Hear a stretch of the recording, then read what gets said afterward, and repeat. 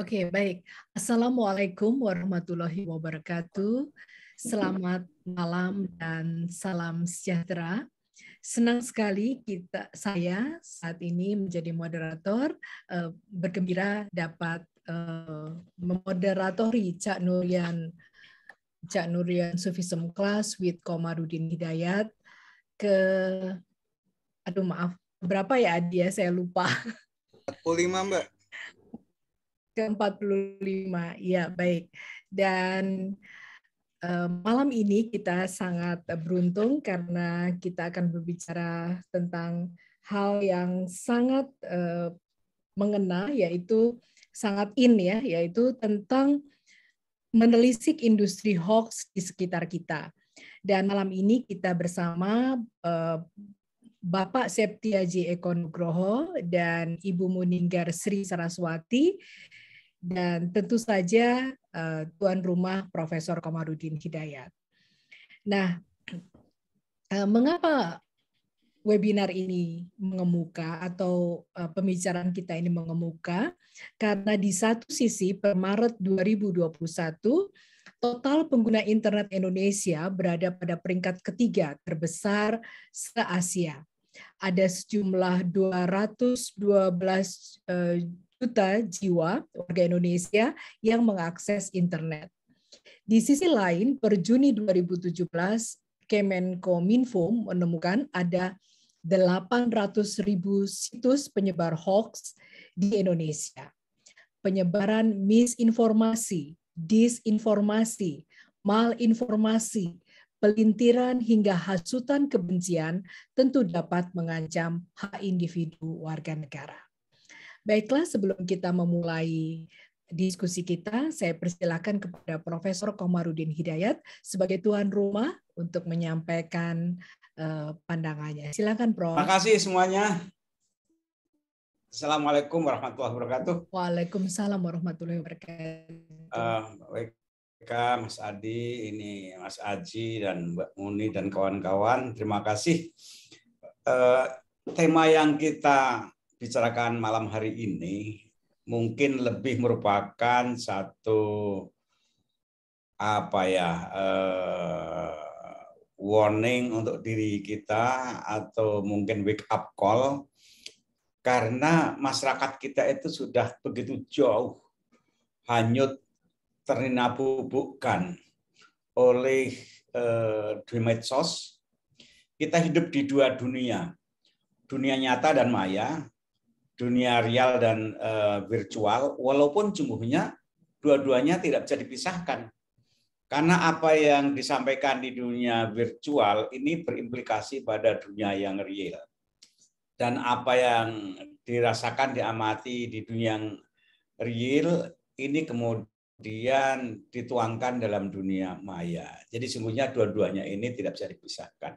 Hanya saja punya karakter tersendiri dunia maya itu. Bagi sementara orang itu tempat untuk katarsis, untuk unek-unek, apa yang tidak bisa disampaikan pada dunia yang nyata disampaikan di situ. Dan banyak kelebihannya, namun juga kekurangannya. Nah, malam hari ini hemat saya kita lebih mencoba menyadari apa sih kekurangannya. Karena medsos, dunia maya ini lebih diresponi dengan sikap like or dislike. Bukan salah atau benar, tapi senang atau tidak senang. Dan kedua, memang orang yang menuangkan emosinya, itu namanya juga emosional, dan cenderung sensasi, tapi itulah yang laku.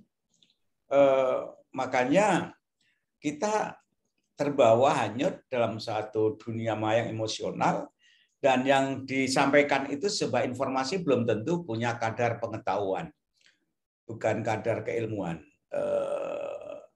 Walaupun dengan dalih agama pun, yang muncul seringkali ekspresi kekesalan, pendeknya emosional.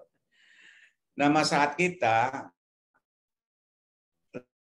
lebih mungkin anak muda ya, sebagian dan sulit mengambil jarak. Orang cenderung untuk merasa duluan lebih tahu, kemudian di forward. Belum lagi sikapnya sederhana saja. Kalau itu sejalan dengan emosiku, pilihanku, maka aku teruskan. Terutama ketika emosi keagamaan berkaitan dengan misalnya politik. Secara merasa terancam.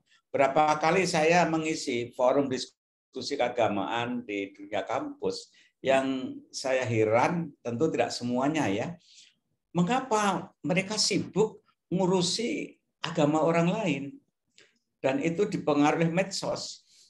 Untuk menyatakan agamaku benar itu setelah dia menyalahkan, menunjukkan kesalahan gitu.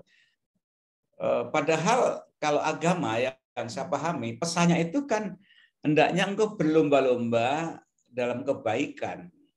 Fastabiqul khairat. Jadi bukan berlomba-lomba engkau mengorek-ngorek agama orang, berlomba-lomba apa kamu anggap benar, manfaat orang lain, berbuatlah. Ada lagi tema persatuan. Saya tidak begitu melihat itu di mana tema persatuan. Yang saudaraan. Kesediaan sikap untuk berbeda, menghargai. Misalnya kita punya saudara yang keluarganya besar, nggak tahu WK keluarganya besar nggak WK? Itu. WK saudaranya berapa WK? Cuma 2 orang. Oh 2 orang ya. Jadi nggak banyak perbedaannya lah. Elza mungkin banyak ya. Jadi walaupun saudaranya banyak, kita kan bersedia untuk menghormati perbedaan kan, bukan persatuan. Tapi lebih pada rasa persaudaraan diikat oleh sikap menghargai kemanusiaannya gitu. Nah, ini ada suasana batin yang merasa beragama itu terancam, beragama itu ingin menaklukkan yang lain, padahal keragaman itu realitas historis, sosiologis, dan desain Tuhan. Nah, medsos itu memanfaatkan itu perbedaan-perbedaan, tapi bukan bersifat dialogis memperkaya, tapi kemudian bagaimana saling menjatuhkan. Relasinya itu relasi menjatuhkan, menaklukkan, penaklukan, menjatuhkan. Dan kemudian bagi masyarakat awam, apapun yang ada di medsos, di surat kabar, itu dianggap benar. Jangankan medsos, surat kabar pun itu banyak yang tidak benar. Nah, saudara sekalian, kita hidup dalam satu dunia di mana kita tidak mengejar informasi, tapi kita dikejar, dibanjiri informasi, bahkan kadang kita itu terkurung oleh sampah-sampah berita yang itu membentuk kita. Orang itu memandang dunia itu kan dipengaruhi oleh informasi apa yang dia terima, kemudian informasi itu digunakan sebagai kacamata melihat dunia. Nah, bayangkan ketika kacamata yang dipakai itu adalah sampah-sampah yang didominasi perasaan senang tidak senang, maka kemudian dunia itu menjadi sumpek, muram, dan bangsa ini sulit untuk bergerak maju. Karena yang ada dalam pikirannya, emosinya, itu yang tidak produktif. Tidak produktif tiap hari, sejak dari isu IKN, isu penundaan pemilu, isu kemudian minyak goreng, isu apalagi ada aja. Nanti berganti-ganti, ganti minggu, ganti apa, nanti kalau habis nanti kan ganti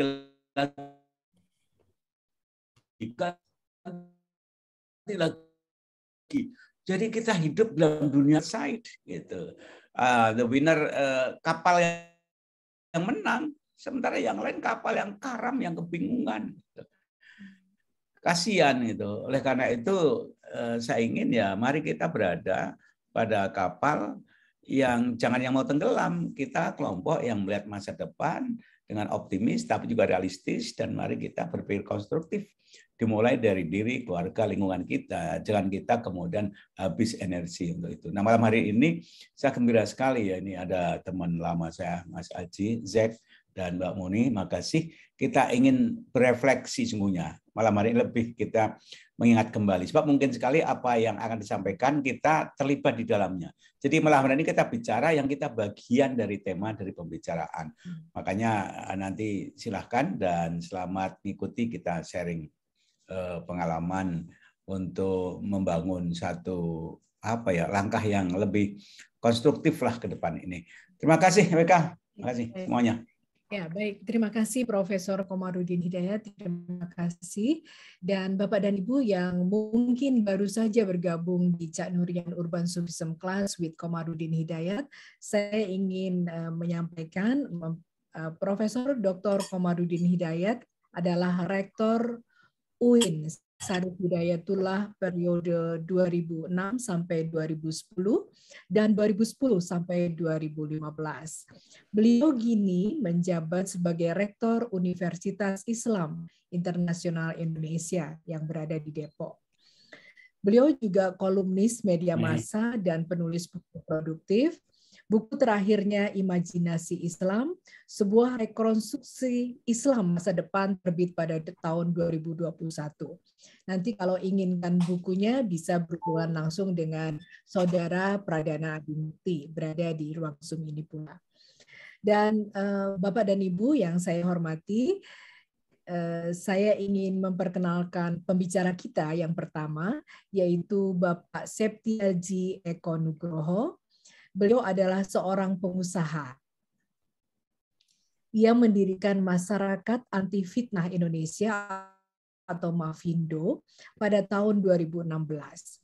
Sebuah organisasi masyarakat sipil yang menangani atau disinformasi dengan 500 relawan dari 17 kota di seluruh Indonesia. MAFINDO juga telah bekerja sama dengan 24 organisasi media online untuk berkolaborasi dalam pengecekan fakta di cekfakta.com yang dibangun di atas Yudhistira, sebuah teknologi API oleh tim IT-nya MAFINDO. Kemudian Bapak Septiaji atau Mas Aji atau Pak Aji atau Pak Zek juga sering menjadi pembicara di seminar dan acara media arus utama, misalnya di siaran TV dan radio. Baiklah, saya persilahkan kepada Pak Aji untuk menyampaikan paparannya. Silakan Pak Aji. Terima kasih Mbak Eka. Bismillahirrahmanirrahim. Assalamualaikum warahmatullahi wabarakatuh. Waalaikumsalam warahmatullahi wabarakatuh. Selamat malam Prof. Komar, kemudian ada Ibu Muninggar, dan Mas Pradita ya, terima kasih atas undangannya. Adalah sebuah kehormatan bisa berbicara di dalam forum yang sangat baik ini. Izinkan saya untuk memulai bahasan dengan share dari materi yang sedikit yang sudah saya siapkan. Izin. Ya, silakan Pak Aji. Baik, apakah sudah terlihat ya? Sudah nampak di sini. Baik, terima kasih. Jadi saya diminta untuk berbicara tentang topik industri kabar bohong di sekitar kita. Tentang saya tadi sudah diperkenalkan. Terima kasih Mbak Weka. Jadi saya sehari-hari sebagai wira swasta, tetapi saya mungkin lebih banyak dikenal sebagai aktivis anti hoax dan juga literasi digital. Jadi kami kebetulan di tahun 2016 itu mendirikan sebuah perkumpulan non-profit yang bernama Masyarakat Anti Fitnah Indonesia, yang fokusnya adalah untuk melawan kabar bohong dan juga untuk meningkatkan kemampuan literasi digital masyarakat Indonesia. Jadi saat ini kita sudah menjangkau 25 kota wilayah dan juga lebih dari 1.000 relawan. Dan ini perlu saya sampaikan, ada sebuah foto di Januari 2017 ketika kami mendeklarasikan gerakan anti hoax ini, kami didukung penuh ya oleh Prof. Komar. Jadi kami sangat berterima kasih sekali. Gerakan ini Prof sampai saat ini masih terus berkembang luas dan sampai saat ini kita bersyukur ada banyak organisasi ataupun lembaga, baik itu nasional dan juga internasional, yang bekerja sama, karena melihat sangat seriusnya isu-isu terkait dengan misinformasi, disinformasi di ruang digital. Seperti isu badan makanan, ini kita bekerja sama dengan Badan POM, kemudian di tengah pemilu biasanya kita juga kolaborasi erat ya dengan teman-teman dari KPU Bawaslu, dan juga platform, kemudian juga lembaga di pemerintah ataupun juga media seperti AMSI, AJI, dan yang lainnya. Ya, saya ingin memulainya dengan membuka dengan seperti apa sih wajah dusta di Indonesia, wajah kabar bohong di Indonesia. Jadi dalam pandangan kami, dalam catatan yang kita miliki, ini adalah angka-angka volume hoax, kabar bohong yang kita di bank, yang kawan-kawan semua nanti bisa akses di situs kami, yaitu di turnbackhoax.id. Di tahun 2018, kita punya catatan ada sekitar 997 hoax yang beredar. Dan angka itu bertambah di tahun pemilu. Jadi di tahun 2019, angka itu naik, sehingga kita mendapatkan ada 1.221 hoax, dengan dominasi isunya adalah isu politik, isu tentang penyelenggaraan pemilu, dan seputarnya. Dan di tahun 2020, ketika pandemi COVID-19 itu tiba, hoax itu meningkat hampir 2 kali lipat. Jadi menjadi 2.298, dominasinya tentang isu COVID-19, disertai dengan masih isu politik yang biasanya mendominasi di tahun-tahun sebelumnya, dan juga isu-isu lain seperti kriminalitas, finansial, dan bencana. Kemudian di tahun 2021 ada penurunan jumlah hoax ya di tahun 2021. Kalau misalnya kita tengok hoax COVID-19 itu di tahun 2021 turun 40% dibanding dengan 2020. Tetapi kalau mau kita bandingkan ya mungkin ya dengan beberapa negara lain, jumlah ini naik atau turun, ini adalah jumlah yang sangat-sangat tinggi. Di tahun 2020 ada sebuah penelitian yang menyebutkan bahwa Indonesia itu adalah negara nomor 5 terbanyak penyebaran teori konspirasi, rumor, dan stigma. Dan yang kita khawatirkan adalah ini bukan hanya jumlah. Kalau kita bicara hoax itu bukan hanya jumlah. Jumlah itu sangat besar, tetapi yang lebih kita khawatirkan adalah dampaknya. Karena seperti yang tadi disampaikan oleh Prof. Komar, apa yang kita diskusikan, apa yang kita perdebatkan di dunia maya, itu bisa jadi sangat berpengaruh terhadap apa yang akan kita alami di dunia nyata. Dan sekali lagi, ini bukan fenomena yang ada di Indonesia saja. Ini adalah fenomena global. Kalau misalnya saya coba tarik ke negara lain, negara yang kita sebut sebagai negara maju, di Inggris misalnya, ketika pandemi COVID-19, itu bahkan ada ribuan masyarakat di sana yang percaya kalau COVID-19 itu disebarkan melalui teknologi 5G. Sehingga sampai ada pembakaran terhadap tower, ada intimidasi terhadap orang-orang yang bekerja di operator seluler. Nah, kalau di Indonesia bagaimana? Indonesia, dampak dari hoax terhadap apa yang kita alami di dunia nyata sangat-sangat berkorelasi. Misalnya, ketika pemerintah menyelenggarakan vaksinasi ya di awal tahun 2021, itu langsung diwarnai dengan banyaknya misinformasi terkait vaksinasi. Contoh, ada sebuah video pendek yang di sana ada puluhan santri pingsan sesudah imunisasi. Dan ini dinarasikan ini mereka karena sesudah mengikuti vaksinasi Sinovac. Padahal hal ini tidak benar. Hal ini terjadi memang ada videonya, tetapi di tahun 2018 konteksnya adalah mereka yang baru saja mendapatkan vaksin difteri. Namun, meskipun sudah ada klarifikasi dari berbagai pihak, dari pemerintah, dari Kementerian Kesehatan, dari media juga sudah menyiarkan bahwa ini adalah informasi hoax, tetapi masih tetap banyak masyarakat yang lebih percaya atau setidaknya dia terpengaruh ya oleh hoaxnya. Sehingga misalnya kita mendengar berita ada warga yang kemudian ketakutan untuk divaksin dan mereka bersembunyi di hutan ketika tim vaksinator datang ke desanya. Atau survei dari SMRC di bulan Maret 2021 itu menyebutkan ada 29% masyarakat yang menolak untuk divaksinasi. Dan ketika kita melakukan pemantauan itu di lapangan, itu terjadi. Saya misalnya ketika vaksinasi itu saya bareng dengan kawan-kawan lansia. Ada 250 lansia yang diundang, tetapi yang hadir itu hanya 100. Sisanya ketika didatangi oleh dokter dan juga perawat yang ada di sana, mereka bilang, saya nggak mau, saya takut. Karena dibilangnya kalau divaksin itu nanti akan meninggal, dan seterusnya. Dan dampaknya tentu saja kita bisa lihat ketika gelombang kedua, Delta naik, itu korbannya kita kan sangat banyak sekali. Dan ada satu cerita yang menurut saya ini mencerminkan apa yang terjadi, yaitu ketika seseorang yang meninggal karena dia percaya dengan hoax COVID-19, tidak mau divaksin, dia percaya kalau rumah sakit dan dokter itu meng-COVID-kan pasien, sehingga dia tidak mau berurusan. Dan dia baru dibawa ke rumah sakit ketika situasinya berat dan terlambat. Demikian juga, saya kebetulan tinggal di Jogja, jadi hoax ini sangat marak di sini.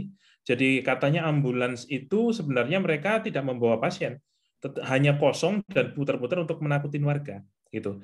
Dan ini dipercaya oleh beberapa masyarakat di seputar Jogja. Yang terjadi adalah di Jogja, di Srak, di Klaten, dan juga di Solo, beberapa ambulans itu dirusak oleh masyarakat yang termakan oleh hoax ini.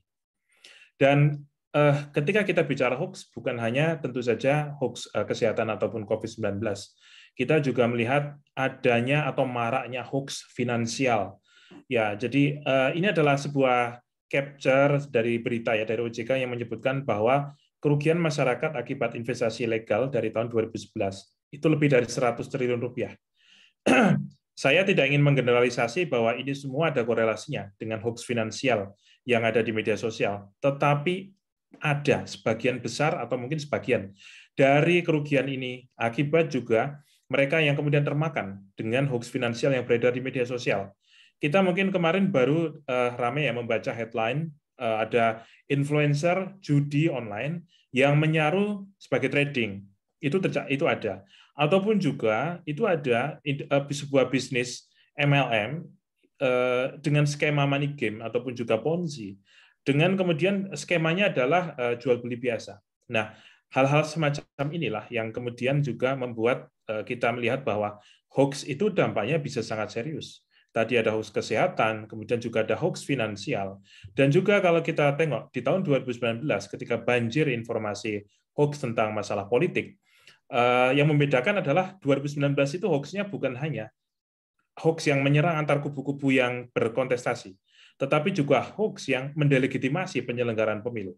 Jadi kalau kita bandingkan dengan 2014 ya, hoax tentang KPU misalnya tentang Bawaslu, itu sebelum pemilu nyaris nggak ada lebih sedikit sekali. Berbeda dengan 2019, 8 bulan sebelum pemilu dimulai, hoax itu sudah banjir.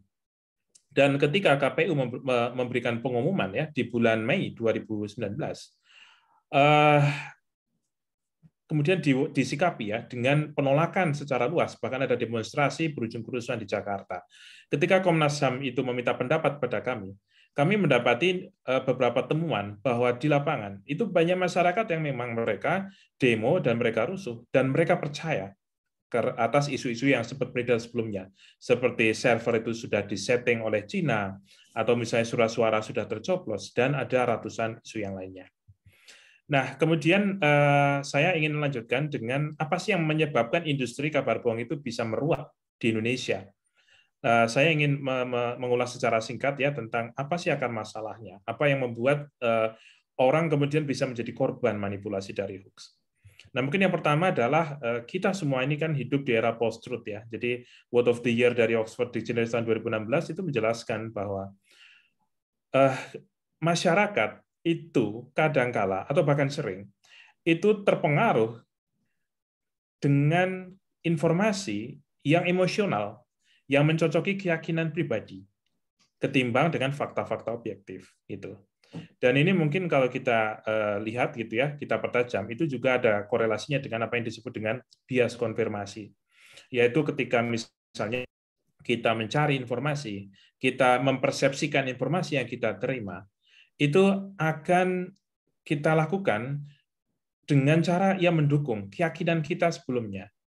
Dan ini menjadi problem besar di Indonesia. Kenapa? Karena kita masyarakat yang beragam. Kita punya agama besar di sini, kita punya banyak suku di sini. Setiap dari kita itu punya bias konfirmasi. Dan bias konfirmasi itu yang akan menentukan bagaimana kita bisa mempersepsikan sebuah informasi. Sebagai contoh, misalnya saya orang Jawa, saya seorang Muslim gitu ya. Saya dari kecil mungkin terbiasa mendengar kalau orang Batak itu stereotipnya seperti ini gitu ya. Ketika saya mendapati sebuah berita, saya akan mencoba menafsirkan dengan keyakinan ataupun informasi yang sudah saya yakini dari lama. Dan ini menjadi masalah ketika kita kemudian bertempur informasi di media sosial, kita ketemu dengan banyak hal. Tadi yang disinggung oleh Prof. Komar, misalnya ketika informasi yang seharusnya kita diskusikan di ruang privat, misalnya masalah keyakinan, saat ini kita dengan bebas kita taruh di dunia maya, di media sosial, di mana itu adalah ruang publik, di mana kemudian disitulah kemudian terjadi kerenggangan-kerenggangan. Dan ditambah bahwa teknologi media sosial itu memungkinkan fenomena ini subur, yaitu yang kita sebut dengan Dunning-Kruger effect, yang bahasa sederhananya, yang saya pahami ya, karena saya bukan ahli dalam ilmu psikologi, istilahnya adalah orang bodoh yang percaya dirinya itu sama ahlinya dengan para pakar. Dan ini fenomena sebenarnya sudah pernah dipetakan ya oleh Imam Ghazali beberapa abad yang lalu. Bahasanya adalah rojulun la yadri wa la yadri anahu la yadri, yaitu orang yang tidak tahu, tetapi tidak tahu kalau dirinya tidak tahu.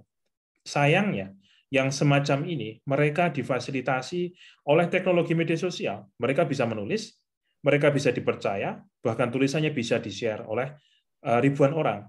Di mana orang yang pakar justru kadang-kadang tidak dipercaya. Dan yang kami rasakan adalah yang namanya hoax itu selalu muncul ketika ada polarisasi. Ketika masyarakat rukun, misinformasi, kabar bohong, itu sulit tersebar. Tetapi ketika ada polarisasi, ketika ada pembelahan di masyarakat, disitulah biasanya misinformasi subur. Sampai saat ini kita masih belum bisa keluar dari polarisasi pasca 2019, kalau kita tarik lagi di 2014, atau kita tarik lagi ke 2012 Pilkada DKI Jakarta. Polarisasinya masih ada. Dan disitulah polarisasi muncul, misinformasi juga subur. Ditambah dengan kita harus mengakui melemahnya trust di era digital. Contoh misalnya ketika pandemi COVID-19, tidak semua masyarakat mau percaya apa yang disampaikan oleh para ilmuwan, oleh para sains. Tidak semua masyarakat lebih percaya kepada tulisan yang ada di media-media di Dewan Pers. Ya, tidak semua masyarakat percaya dengan anjuran-anjuran protokol misalnya yang dibuat oleh pemerintah. Nah, jadi ini semua beberapa akar masalah yang setidaknya kami coba pelajari, dan kami di Mavindo ketika melakukan upaya melawan hoax, kita juga berdasar atas akar masalah yang kami pahami. Tentu kami masih sangat perlu belajar di sini. Tetapi yang ingin saya lanjutkan adalah bahwa industri kabar bohong itu hidup dan subur dari akar masalah yang ada. Karenanya ketika ditanya, hoax itu penyakit seberat apa sih gitu ya? Saya ingin menyampaikan bahwa kami menilai bahwa hoax itu bukan penyakit gitu. Kalau kita menilai hoax sebagai penyakit, nanti khawatirnya kita salah mengambil terapi. Karena penyakitnya bukan hoax-nya. Hoax-nya itu kalau pandangan kami, itu adalah gejala. Gejala dari akar masalah. Akar masalahnya itu adalah penyakit. Polarisasi, adanya ketidakpercayaan, menurunnya kerukunan, kemudian juga mungkin jurnalisme yang terburu-buru, khususnya jurnalisme digital. Kemudian juga mungkin dari pemerintah sendiri yang kadang-kadang komunikasi publiknya belum lancar di era digital ini. Ya, setidaknya beberapa aspek itu yang kemudian dikapitalisasi oleh beberapa orang yang kemudian mereka kemudian membuat ekosistem kabar bohong yang kemudian korbannya banyak di Indonesia. Yang sifatnya langsung misalnya ini ya, kemarin sempat ramai terkait dengan masalah hoax finansial. Jadi ketika ia menyebarkan hoax finansial, mengajak orang, merekrut orang, menjadi agen-agen yang dia sebut sebagai business trading, tetapi ternyata sebenarnya adalah judi online, di mana dalam hal ini dia sebagai afiliator, dia tidak ikut berjudi, tidak harus ikut berjudi. Karena sebagai afiliator, dia dengan merekrut banyak orang, menjanjikan kekayaan bagi banyak orang, menyebutnya ini sebagai trading, setiap kekalahan dari anggota yang menjadi anggota afiliasinya, dia sudah dapat profit gitu ya, dia dapat bagi hasil, bisa 30% sampai 60%, bahkan lebih. Nah, ditambah juga, ada juga kabar bohong yang hampir setiap pekan itu muncul ya. Itu terkait dengan hoax yang sifatnya penipuan. Jadi saya ini setiap Sabtu ini kan mengasuh program Cek Fakta ya di RRI Pro 3 FM. Itu selalu ada setiap minggu itu 3 atau 5 berita yang isinya adalah upaya-upaya untuk phishing, untuk menggali identitas orang gitu ya, ataupun juga untuk menjebak supaya kemudian kode OTP dari dompet digitalnya atau bahkan sampai nomor rekeningnya atau aktivitas di rekeningnya. Nah, yang kita khawatirkan adalah bahwa mereka-mereka ini yang saat ini dengan melakukan aktivitas hoax finansialnya ini, mereka juga bisa langsung dapat keuntungan ya dengan mendapatkan keuntungan langsung dari korban-korbannya. Ya, jadi seperti misalnya yang kita sering dapatkan, Anda dapat hadiah, dapat undian, atau misalnya Anda diundang untuk wawancara di sebuah perusahaan gitu ya. Yang menjadi masalah adalah kita hidup di era ketika data-data pribadi kita ini sudah banyak lepas kemana-mana. Baik itu yang tadinya dikelola oleh pemerintah, ataupun juga misalnya platform. Tokopedia misalnya, dulu ada puluhan juta ya data masyarakat yang hilang. Demikian juga dari pemerintah itu beberapa kali kejadian. Data-data pribadi kita, itu yang kita khawatirkan, itu yang kemudian diolah oleh para sindikat-sindikat. Yang kemudian mereka akan mentarget siapapun dari kita yang lemah secara literasi digital dan juga lemah dari sisi literasi finansial. Kemudian kalau yang sifatnya mungkin tidak langsung ya, yang tidak langsung. Jadi ini di bulan Maret 2017 saya kebetulan waktu itu diminta bicara di Mata Najwa, dan waktu itu saya masih ingat ini ada sebuah video di setel pengakuan dari seorang di belakang beberapa situs-situs hoax ya. Jadi ini tinggalnya dia di Pontianak, dia punya tim sekitar 4-5 orang, dia mengelola beberapa situs dan dia tidak peduli informasinya yang dia pasang seperti apa, yang penting judulnya menarik, yang penting judulnya bikin orang kepo, yang kemudian orang akan klik gitu ya, dan dia bisa menghasilkan uang waktu itu 300 sampai 500 juta sebulan gitu. Tentu angka yang sangat fenomenal untuk sebuah tim yang mungkin di bawah 10 orang gitu. Nah, bagaimana itu bisa terjadi? Yang pasti adalah ya ini yang ingin saya tunjukkan contoh kasusnya ini. Ini sebuah kanal yang saat ini sudah ditutup sepertinya. Tapi ini adalah sebuah konten video yang menyebutkan waktu itu hakim yang memvonis Habib Rizik ya waktu itu meninggal gitu ya. Ini dimuat oleh sebuah kanal yang sangat tidak jelas, nggak tahu orangnya ada di belakangnya siapa gitu ya. Tapi bisa kita lihat ya di sebelah kiri bawah. Kanal ini disubscribe oleh hampir 1 juta orang. Dan video ini ditonton oleh 170.000 orang. Ini sangat luar biasa. Karena bahkan bisa jadi konten yang dibuat oleh TV-TV swasta sekalipun, mungkin nggak banyak yang kemudian viewernya bisa sampai ratusan ribu. Ini adalah konten yang tidak jelas, informasinya ngaco gitu ya, tapi ini dia bisa di-view. Dan kalau kita lihat korelasinya adalah dia bisa menghasilkan uang karena dia dibayar oleh platform gitu ya, baik itu misalnya melalui Google, misalnya melalui AdSense misalnya. Dan siapa yang kemudian menyebabkan Google membayar itu? Ya kita yang ngeklik ini, kita yang nonton ini, kita yang kemudian nonton ini yang kemudian menimbulkan view, dan kemudian view itu dikorelasikan menjadi uang gitu. Dan uangnya tidak sedikit pastinya. Nah, dan tentu saja banyak yang kemudian berpendapat bahwa hoax itu juga diproduksi oleh orang-orang yang dibayar secara politik.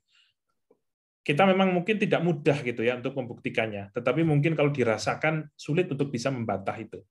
Jadi faktanya memang media sosial itu juga digunakan oleh para petarung informasi ya di media sosial untuk saling menjatuhkan gitu.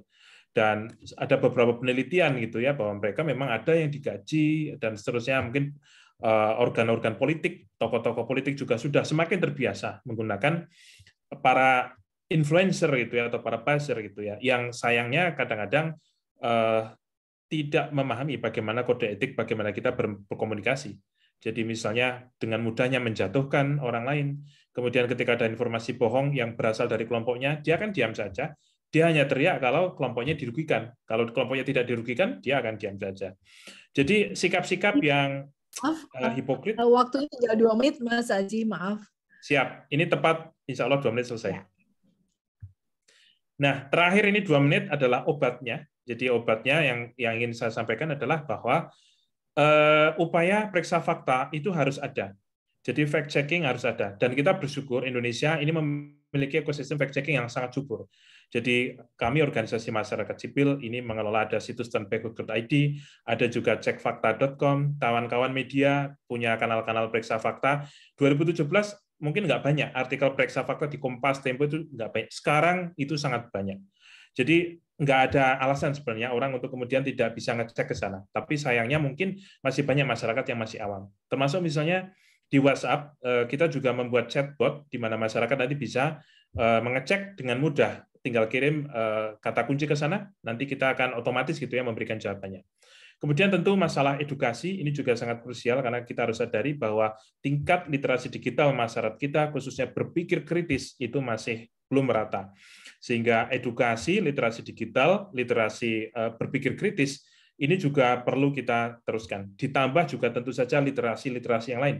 Literasi finansial, literasi kepemiluan, literasi kesehatan, literasi COVID-19 misalnya. Dan yang terakhir adalah, ini yang sangat penting ingin saya tekankan adalah bahwa hoax itu tidak akan laku kalau kita rukun. Kalau kita rajin silaturahmi, kita punya rasa percaya kepada orang lain meskipun itu berbeda, hoax itu nggak akan laku. Jadi kami percaya bahwa gerakan silaturahmi itu juga menjadi salah satu kunci bagaimana kita bisa menghentikan industri kabar bohong ini. Kami ingin mengutip pengalaman ya teman-teman dari Ambon. Mereka punya tradisi namanya Pela Gandong, umat Islam dan Kristen terbiasa mereka bersaudara. Tapi 99 tahun sampai tahun 2005 mereka sempat terprovokasi sehingga saling perang, saling bunuh di antara mereka. Mereka sudah healing dari itu, dan saat ini masyarakat Ambon, menurut pandangan saya setidaknya, itu termasuk masyarakat yang lebih kebal terhadap hoax. Kenapa demikian? Kenapa? Karena kami melihat bahwa peranata sosial di sana sudah kembali bangun. Ketika misalnya ada hoax yang disebar oleh pemuda Muslim misalnya, yang menjatuhkan misalnya kelompok Kristen, tidak akan kemudian direspon kemarahan oleh umat Kristen. Tetapi tokoh masyarakatnya, tokoh Islamnya, tokoh Kristennya, mereka bekerja sama. Jadi silaturahmi ini kemudian juga menyangkut para tokoh-tokoh masyarakat dan tokoh agama, itu adalah saya rasa resep yang perlu kita gali untuk mengatasi problem industri kabar bohong di Indonesia. Itu dari saya, nanti materi ini akan saya upload di Linktree saya, nanti kawan-kawan di sini bisa mendownloadnya. Terima kasih atas perhatiannya, mohon maaf atas kekurangan. Wassalamualaikum warahmatullahi wabarakatuh. Waalaikumsalam warahmatullahi wabarakatuh. Terima kasih Mas Aji, sebuah presentasi yang sangat menarik, dan justru memang ada kalimat bahwa hoax tidak akan bertumbuh subur kalau di masyarakat ini sering silaturahmi dan tidak terpolarisasi. Jadi masyarakat yang rukun itu mencegah terjadinya atau banyaknya hoax ya. Ini rasanya pesan yang gamblang, yang mudah-mudahan bisa kita sebarkan juga dari forum ini keluar. Dan saya juga merasakan, Mas Aji, saya adalah pengurus pusat Ikatan Ahli Kesehatan Masyarakat Indonesia. Jadi kami bekerja sama dengan Kementerian Kesehatan pada saat 2020 awal, itu memang sangat berat buat kami untuk meyakinkan bahwa COVID-19 ini ada. Dan kemudian ketika kami merekomendasikan untuk masjid-masjid untuk tidak menyelenggarakan sholat Jumat, itu juga benturannya sangat kuat. Nah, pada saat itu kemudian kebetulan saya yang menemui Bapak Yusuf Kalla sebagai Ketua Dewan Masjid Indonesia ke rumah beliau di Kebayoran, dan kami menggunakan Pak Yusuf Kalla sebagai tokoh masyarakat dan Ketua Dewan Masjid Indonesia untuk menyampaikan pesan-pesan dan dari kami juga, dari IAKMI dan dari Kementerian Kesehatan. Saya kira itu juga pelajaran besar buat kami semua, buat kita semua. Karena ya itu tadi, kemudian Juni dan Juli 2021 kita mengalami lonjakan di mana semua rumah sakit penuh, dan itu adalah pelajaran yang sangat sangat kuat, pesan yang kuat gitu. Jangan sampai hoax ini terjadi lagi. Dan berikutnya, terima kasih Pak Mas Aji. Berikutnya adalah Mbak Muninggar Sri Saraswati. Pembicara berikutnya adalah staf pengajar di Departemen Global Strategic Communication, Swiss German University di Alam Sutera, Tangerang. Sebelum menjadi pengajar, Mbak Muninggar bekerja sebagai wartawan di harian The Jakarta Post dan Jakarta Globe selama lebih dari 12 tahun. Jadi Mbak Muninggar sangat berpengalaman. Mbak Muninggar menyelesaikan pendidikan strata 1 di bidang ilmu komunikasi dari Universitas Gadjah Mada, kemudian strata 2 di bidang global journalism di Universitas Hamburg dan University Artus baca Aarhus ya, bahasa Denmark, dan strata 3 di bidang media dan politik di Murdoch University. Topik penelitian yang menjadi minat utama Mbak Muninggar adalah jurnalistik, media digital, kampanye elektoral, media dan masyarakat, serta ekonomi politik, media dan komunikasi. Saya persilakan Mbak Muninggar untuk menyampaikan paparannya. Silakan. Oke, terima kasih. Assalamualaikum warahmatullahi wabarakatuh. Pertama, saya ingin mengucapkan terima kasih Mbak Weka ke acara diskusi di Cak Nurdin malam ini, karena saya sudah memberi kesempatan saya untuk bergabung di acara diskusi bulanan ini. Tadi menarik sekali paparan yang disampaikan oleh Pak Aji ya. Saya hanya ingin menambahkan the other side of hoax ya. Jadi terutama mengenai masalah produksi dan distribusi disinformasi.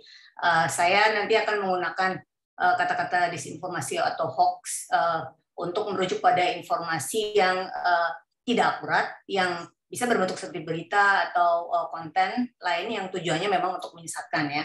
Jadi hoax yang saya maksud ini bisa jadi 100% imajinasi, bisa jadi berupa gabungan antara fakta atau imajinasi, atau fakta yang sudah dikreasikan sedemikian rupa agar pembacanya tersesat gitu ke arah yang diinginkan oleh produsennya gitu.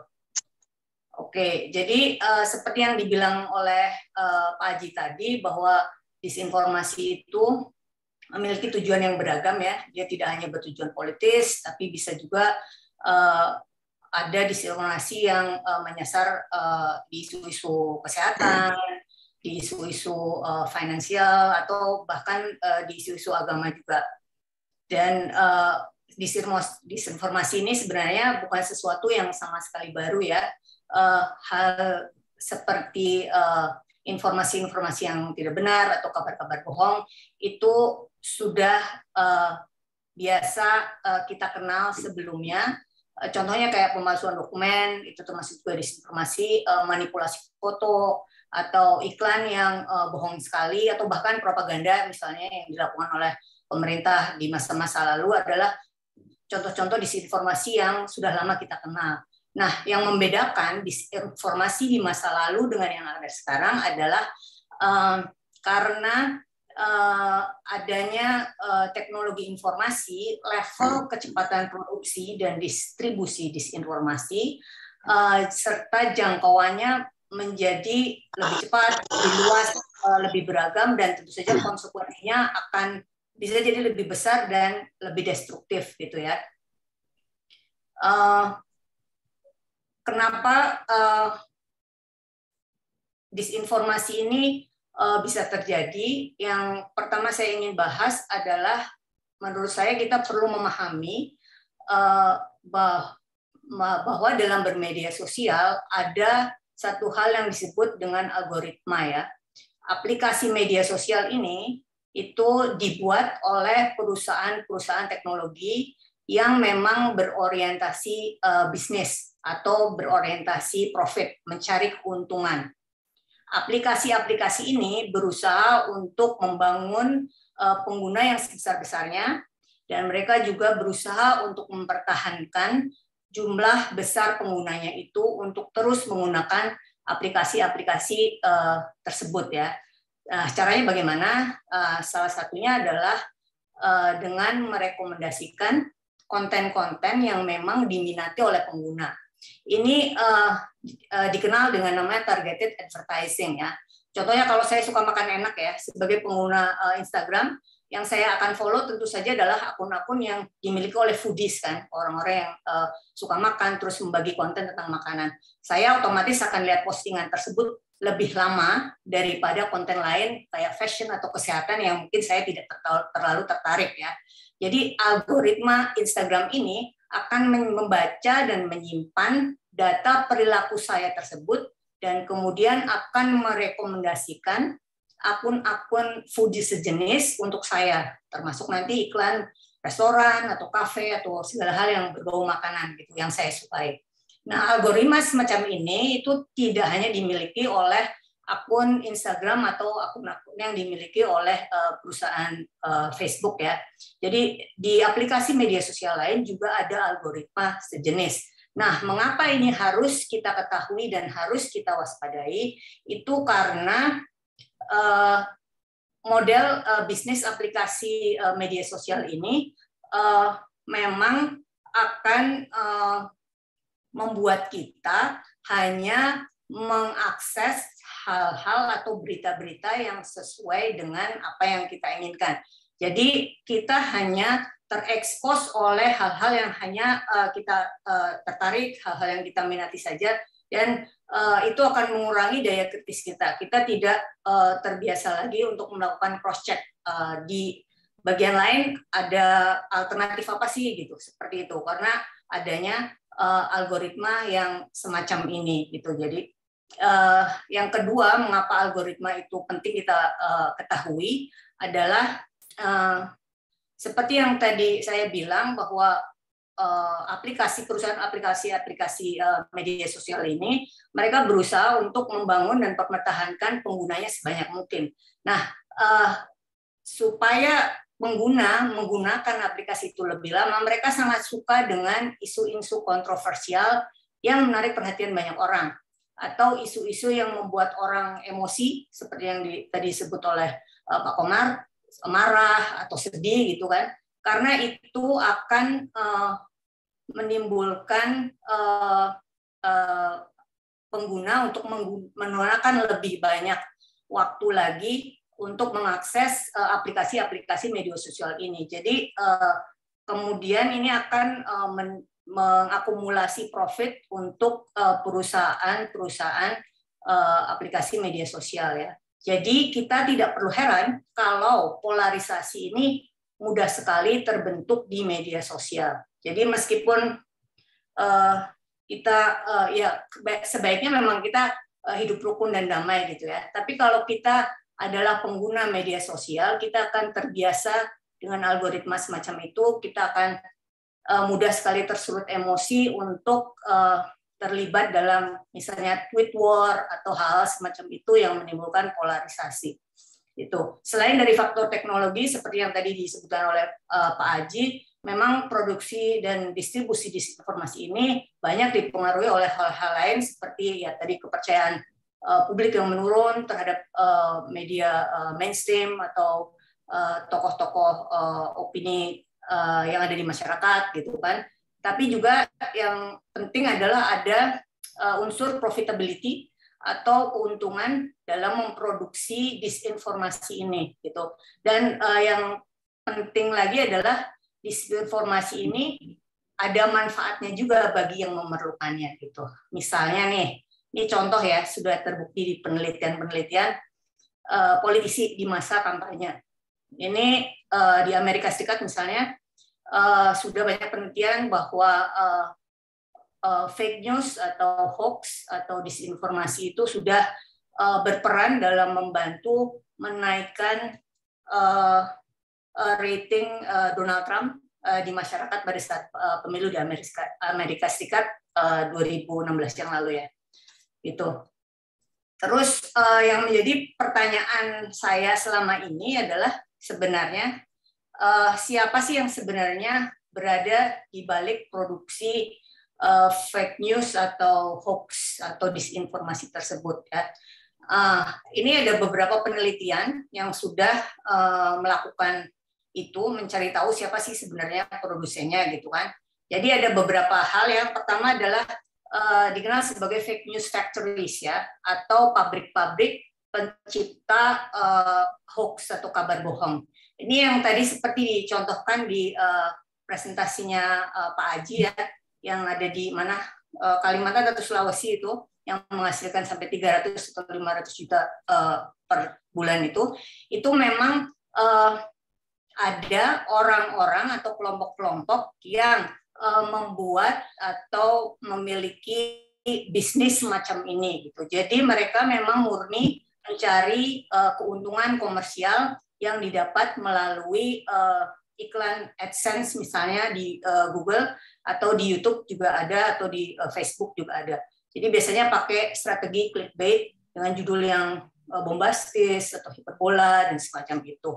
Nah, di Indonesia sudah ada di berita, di luar negeri juga waktu di pemilu Amerika misalnya, fake news factories-nya itu bukan hanya ada di Amerika Serikat, tapi juga sampai ada di negara-negara lain seperti di Georgia misalnya, atau di negara Makedonia, atau di Rusia.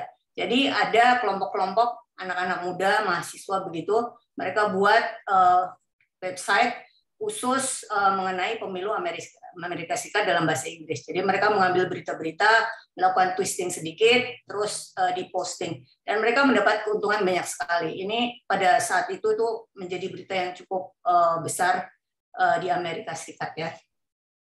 Terus yang kedua, biasanya dilakukan oleh organisasi-organisasi komunikasi atau agensi-agensi komunikasi yang biasa memberikan jasa seperti periklanan mungkin, atau public relations, atau hal-hal yang seperti itu ya. Jadi agensi-agensi komunikasi ini kan memang terbiasa dalam membuat atau memproduksi informasi kan. Nah, memang tidak semua agensi komunikasi seperti itu ya, tapi ada di masa-masa tertentu, misalnya pada saat kampanye, ada agensi-agensi komunikasi yang memainkan peran untuk memproduksi hoax gitu kan. Di tahun 2014 saya mendapat kesempatan untuk menyaksikan sendiri ada satu agensi yang membuat membentuk satu kelompok gitu untuk membuat berita-berita bohong terkait salah satu kandidat di pemilihan presiden 2014 ya. Jadi waktu itu kenapa saya tanya begitu, kenapa harus produksi berita bohong? Ternyata itu adalah salah satu strategi mereka. Jadi mereka itu punya 3 strategi. Pertama adalah membentuk namanya kampanye positif campaign, terus kampanye negatif, yang satu lagi namanya black campaign yang mereka bilang itu kampanye hitam. Jadi mereka memang memproduksi berita yang berdasarkan imajinasi tidak benar, yang tujuannya adalah menurunkan elektabilitas atau paling tidak popularitas kandidat lawannya gitu. Itu waktu itu 2014 saya lihat sendiri ada di Indonesia. Terus kalau di Filipina itu malahan ada orang-orang atau organisasi-organisasi yang sudah embed di pemerintahan ya. Jadi mereka ini bekerja untuk kantor-kantor pemerintah gitu kan. Yang tujuannya tentu saja bermacam-macam, misalnya untuk memastikan bahwa kebijakan pemerintah itu berjalan dan lain sebagainya. Itu di Filipina ada ditemukan seperti itu. Terus pertanyaan selanjutnya adalah siapa yang membiayai gitu kan?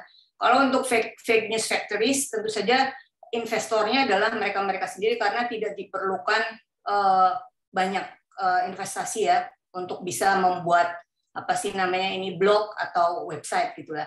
Tapi untuk kelompok-kelompok produsen berita itu biasanya mereka akan mengajukan proposal atau mengajukan budget kepada kliennya.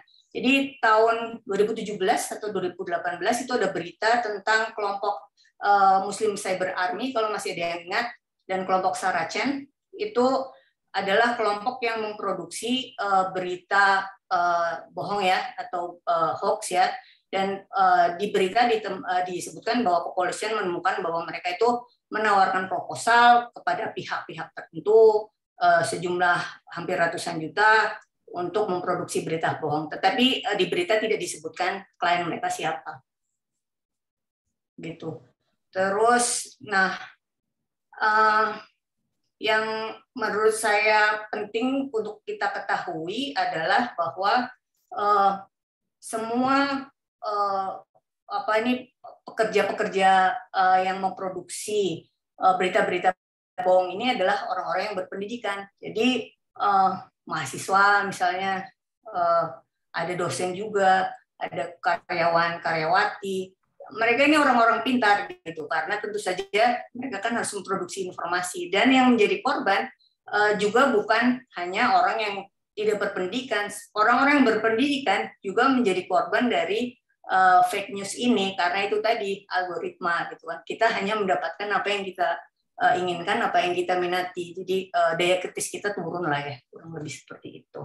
Terus ya seperti Pak Haji tadi, saya juga ini menyarankan supaya ya kita lebih kritis, kita selalu mempertanyakan gitu kan.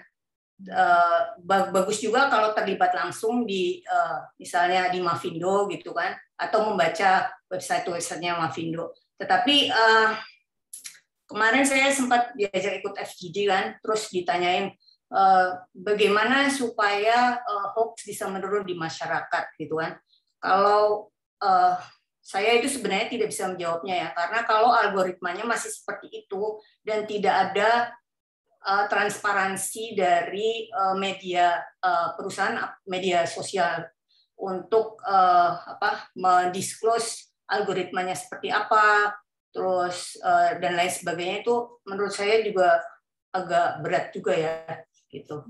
Terus juga menurut saya orang juga perlu maaf, 2 menit lagi. Baik, ini terakhir saja. Saya juga mengharapkan agar orang-orang biasa seperti kita ini mendapatkan, nggak tahu ya, insentif lebih gitu kan, kalau kita terlibat misalnya di Mavindo atau di mana untuk melakukan fact checking dan hal seperti itu.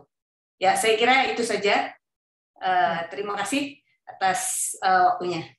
Ya, terima kasih ya Mbak Muninggar, terima kasih banyak. Jadi ini yang perlu digarisbawahi dan adalah algoritma yang perlu kita garis bawahi, dan bagaimana untuk memutus rangkaian algoritma ini ya adalah diharapkan ada literasi digital dari masyarakat dan masyarakat sehingga berpikir kritis tentang, karena begitu mereka menunjukkan seperti tadi disampaikan oleh Mbak Muninggar tentang kesukaannya tentang makanan misalnya, maka akan terus-menerus itu yang ditawarkan oleh aplikasi digital itu untuk tentang makanan terus, sehingga itu yang menyebabkan jadi terfokus hanya pada itu saja sehingga tidak kritis.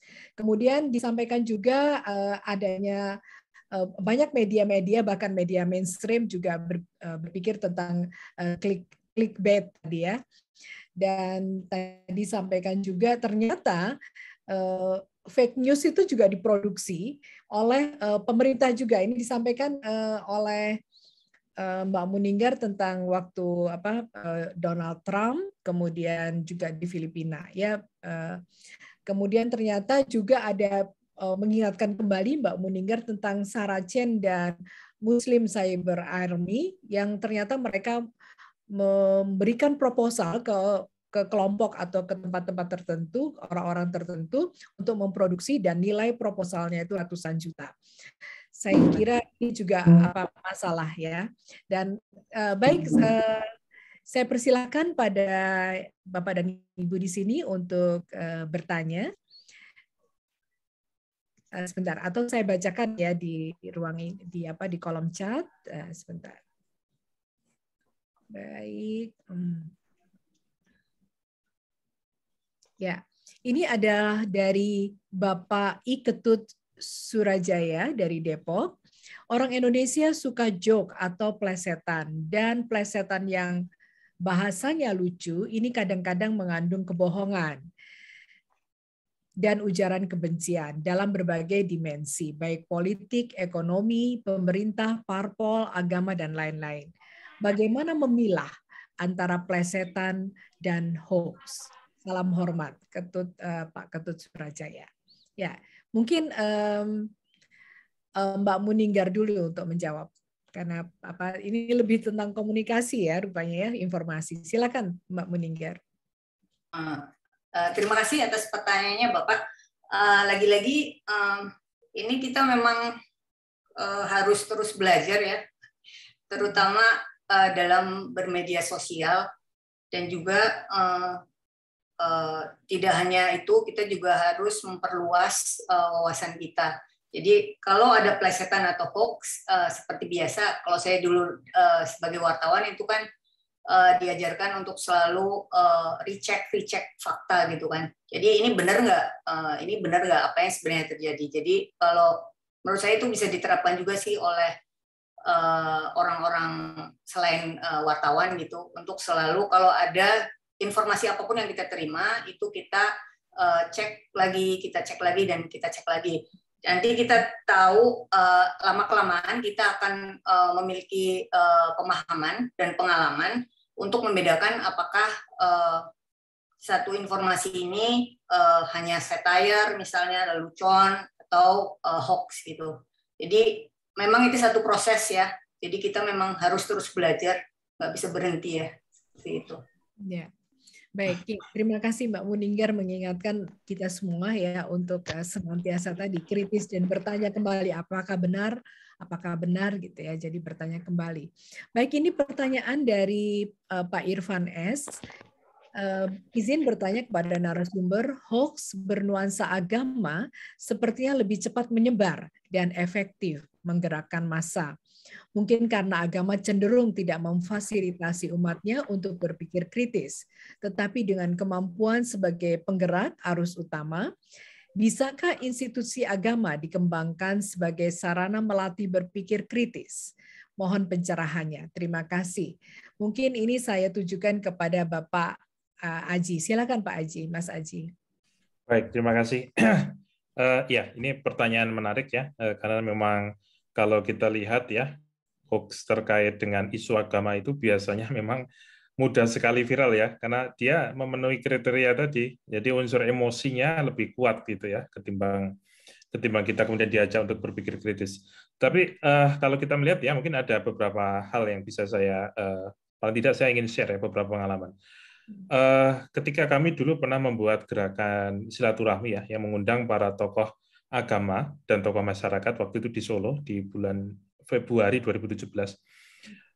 Di sana waktu itu hadir ada tokoh-tokoh dari Muhammadiyah, dari NU, dari Kristen Katolik gitu ya, dari etnis Tionghoa juga ada di sana. Kalau kita misalnya lihat, mereka mungkin di media sosial mungkin kelihatan mungkin sering berantem gitu ya. Tapi ketika kita temukan gitu ya, ada satu benang merah bahwa mereka sendiri juga merasa bahwa saya juga pernah jadi korban loh. Saya pernah jadi korban loh. Saya pernah jadi korban. Dari situ sebenarnya ada kebutuhan bersama. Ada kebutuhan bersama yang ini bisa kita gerakkan bersama bahwa begini. Perbedaan itu bagi kita adalah suatu suatu keniscayaan gitu ya. Apalagi kita di era demokrasi, sudah pasti kita pasti berbeda gitu, punya pendapat yang berbeda. Tapi kita memang harusnya punya kesepahaman bahwa kedustaan itu harus kita lawan. Dan ketika misalnya kita tengok ya dalam katakanlah kajian-kajian agama dan juga budaya, itu masing-masing punya referensi gitu ya untuk menentang yang namanya kedustaan itu. Semua pasti punya gitu. Nah, jadi sebenarnya ketika misalnya kita mau mengajak gitu ya, katakanlah lembaga-lembaga gitu ya, untuk mengkultivasi gitu ya, gerakan tabayun, gerakan fact checking atau gerakan untuk berpikir kritis, itu sangat memungkinkan. Dan kalau kami di Mavindo, kami sudah memulainya, setidaknya tahun 2020, kami punya program namanya Tular Nalar. Ini adalah sebuah kolaborasi didukung oleh Google waktu itu. Kita mentraining ada dosen dan juga guru Dan waktu itu yang kita rangkul adalah dari Muhammadiyah. Jadi waktu itu dengan Majelis Dikti Muhammadiyah, waktu itu kita berhasil mentraining hampir 1.400 ya dosen negeri dan juga Muhammadiyah. Kemudian juga selanjutnya kita juga bekerja sama gitu ya dengan teman-teman dari GP Ansor ya, waktu sampai sekarang ini juga masih jalan. Jadi kita bekerja sama dengan mengaktifasi supaya teman-teman yang biasa jadi kiai gitu ya di desanya, jadi tokoh yang kemudian menjadi referensi informasi, itu setidaknya bisa membantu menyaring informasi. Jadi setidaknya ada beberapa level yang bisa kita jangkau, yang bisa kita lakukan untuk bisa meningkatkan tingkat berpikir kritis itu. Tapi tentu ya, tentu mungkin tidak semuanya akan mudah gitu ya. Pasti akan ada tantangan. Yang kita pernah, paling tidak ya, pembelajaran yang bisa kita dapatkan mungkin yang seperti yang ada di Ambon tadi. Jadi kenapa kami bikin kegiatan yang mempertemukan para tokoh agama dan membahas isu hoax ini, karena kami terinspirasi dari Ambon. Yaitu ketika para tokoh agama itu bersepakat bahwa yang mereka lawan itu adalah kedustaan, itu sangat akan membantu bagaimana informasi bohong bisa diredam di daerah itu. Gitu. Tapi kalau misalnya kita membiarkan para tokoh-tokoh itu nggak pernah ketemu, tokoh itu saling melempar statement gitu ya, bertengkar di media sosial gitu ya, itu yang kita khawatirkan. Ekskalasi misinformasi ketika dia dibalut dengan informasi agama, itu dampaknya itu sangat-sangat merusak.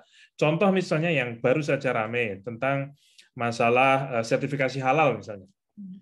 Sekadar perubahan logo saja, itu kemudian bisa dipelintir itu ya dengan sedemikian rupa sehingga maknanya kemudian bertentangan dengan apa yang terjadi. Bahkan karena literasi masyarakat khususnya tentang masalah regulasi yang mungkin belum semuanya sama, itu kemudian mereka menjadi korban dari kemudian narasi-narasi yang kemudian ingin mengadu domba gitu. Nah, jadi kalau yang bisa kami simpulkan adalah sebenarnya para tokoh agama itu mereka terbuka, mereka juga banyak yang kemudian tertarik itu ya. Dan sekarang yang menjadi masalah adalah kadang-kadang gimana caranya supaya mereka punya bekal yang kemudian bisa mereka sampaikan kepada jamaahnya. Nah, ini yang kami sedang lakukan misalnya ini di Wonosobo misalnya di tempat saya, ini di sana itu namanya ada pengajian seton. Pengajian seton itu pengajian hari Sabtu di Masjid Al-Mansur ya, itu yang biasanya setiap Sabtu sore itu ratusan orang yang hadir. Nah, kita ingin mengemas materi tentang literasi digital berpikir kritis yang kemudian bisa disampaikan dengan mudah oleh para kiai itu. Karena kalau misalnya kita sebagai aktivis literasi digital, kita punya banyak referensi materi, tetapi materi itu kalau yang menyampaikan kita, itu nggak diterima. Tapi kalau materi itu kemudian bisa dibahasakan oleh para kiai, oleh para pendeta, gitu ya, itu akan lebih cepat. Nah, itu yang sebenarnya saat ini menjadi pendekatan yang coba kami lakukan, dan kami cukup optimis ya dengan perkembangan saat ini. Ada beberapa organisasi berbasis agama yang saat ini sudah ikut bergabung. Mungkin itu Mbak Weka dan Pak Irfan ya. Ya, terima kasih. Bagus sekali ya. Mudah-mudahan sukses dan lancar. Dan ini ada pertanyaan sebelum ke Mas Pradana Adimukti, ada dari Bu Neneng Munaja. Beliau ingin bertanya tentang ada tidak alat yang bisa mendeteksi bahwa itu adalah hoax. Saya sebagai orang awam tidak bisa mengenalinya sehingga bisa tersesat dengan hoax tersebut. Terima kasih. Silakan. Mas Aji mungkin ya, sebenarnya sudah ada tadi cekfakta.com ya. Atau baik apa? Ya, baik ya, ini sebenarnya memang pertanyaan yang sangat sering diajukan ketika kita memberikan sesi edukasi ya tentang masalah literasi digital. Gimana sih saya kalau dapat pesan di WA, kemudian saya dapat baca postingan di Facebook, apa yang bisa saya lakukan? Jadi pertama sebenarnya ada yang sifatnya ini ya, filter secara emosi atau secara psikologis ya. Itu bisa kita lakukan tanpa kita membuka apapun.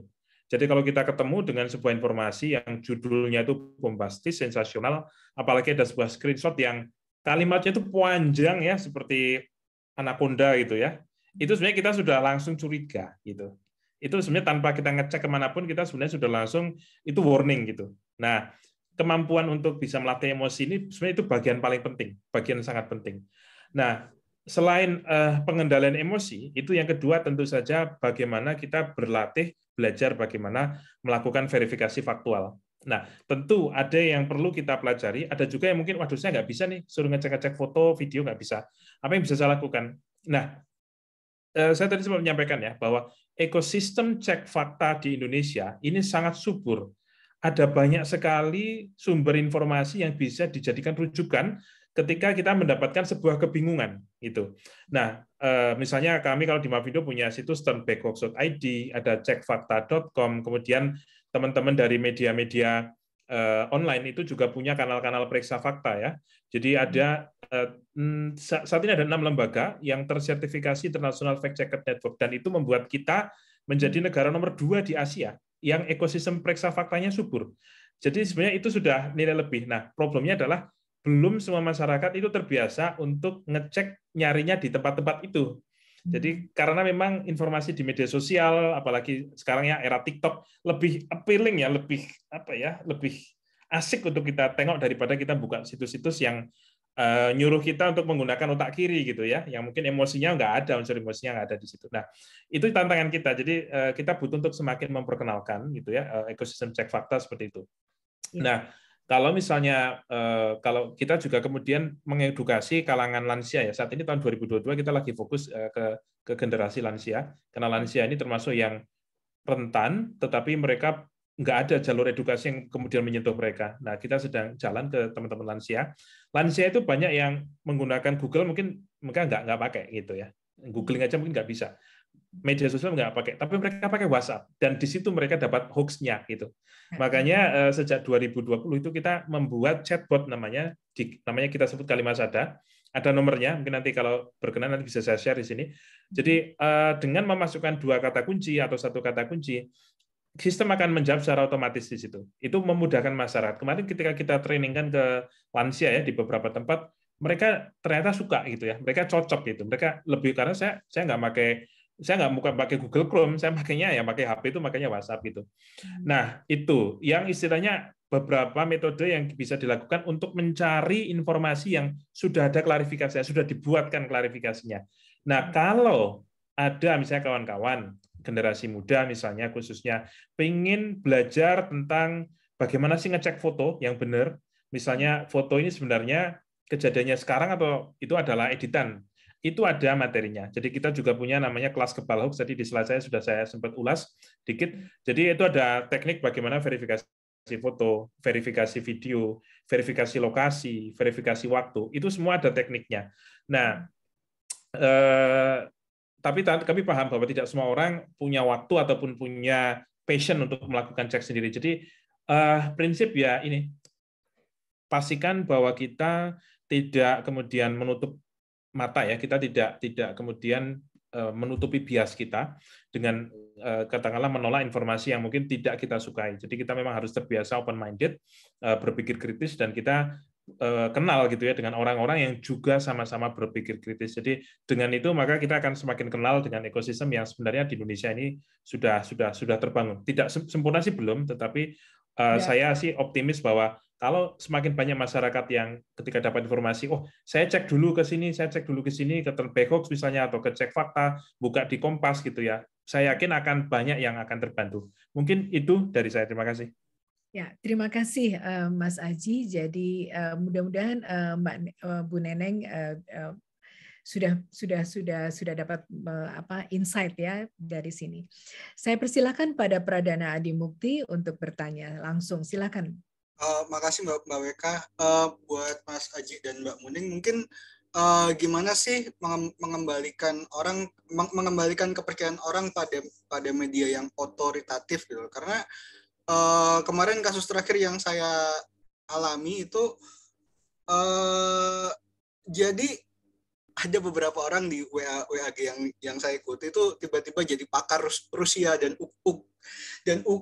Ukraina gitu loh. Terus selama ini nggak pernah ngomongin geopolitik, tiba-tiba jadi pakar, kemudian dia nulis panjang. Pada saat saya kejar sumbernya, dia ngambil dari website yang WordPress lah, yang website nggak jelas gitu. Padahal terus saya akhirnya pertama saya coba ngasih Pak, coba kalau mau baca soal konflik ini, baca Foreign Affairs, Foreign Policy, The Guardian, BBC. Jawabannya itu media mainstream, media barat gitu. Media mainstream, media barat, framing barat gitu. Padahal kan kita nyari sumber informasi yang kredibel kan dari situ. Akhirnya saya ini aja, kalau nggak percaya itu coba baca Moscow Times, Kiev Post, Kiev Independent gitu Pak.